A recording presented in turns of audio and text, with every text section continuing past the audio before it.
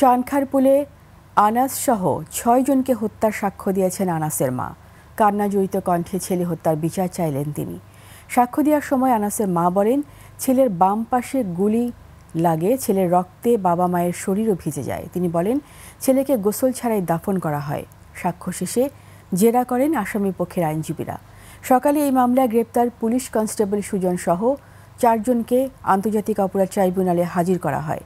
এখন পর্যন্ত এই মামলার সাক্ষ্য দিয়েছেন ৮ জন। এই মামলায় সাবেক ডিএমপি কমিশনার হাবিবুর রহমান সহ ৪ জন পলাতক আছে।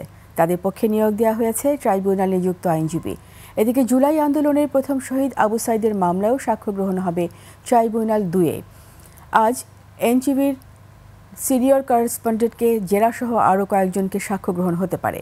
এছাড়াও প্রসিকিউশন জানায়, সদ্য প্রয়াত বদরুদ্দিন ওমর শেখ হাসিনার বিরুদ্ধে তদন্ত কর্মকর্তার কাছে জবানবন্দি দিয়ে গেছেন। সেটি ট্রাইব্যুনালে দাখিল হবে কিনা সিদ্ধান্ত নেবেন চিফ প্রসিকিউটর।